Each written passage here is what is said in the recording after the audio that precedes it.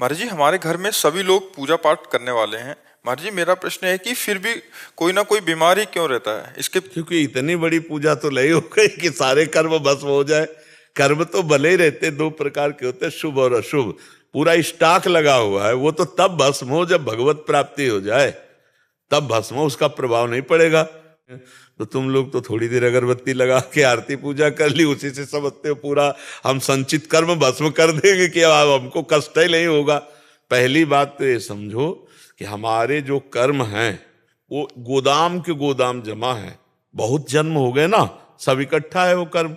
और हमारे जो कर्म इस शरीर के लिए निर्धारित करके भेजे गए कि 10 साल में ये होगा, 15वें वर्ष में ये होगा, 18वें, अच्छा या बुरा, वो अपने समय से आएगा।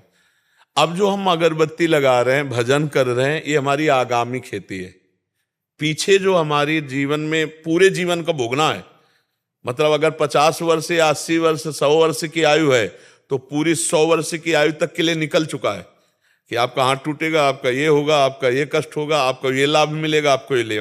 अगर आप कुछ कर सकते हो नया तो भजन कर सकते हो और अच्छा बुरा कर्म कर सकते हो, लेकिन अपने प्रारब्ध को नहीं बचा सकते। वो जो शरीर बना है वो भोगना पड़ेगा। जिस समय जो कष्ट होना है वो कष्ट होगा। इसलिए श्रद्धा मत बिगाड़ना कि हम पूरे परिवार भजन करते हैं लेकिन कष्ट बना ही रहता है। संघर्ष मिटाना चाहते, लेकिन जब वो अवतार लेते तो उनका भी जीवन संघर्षमय होता है।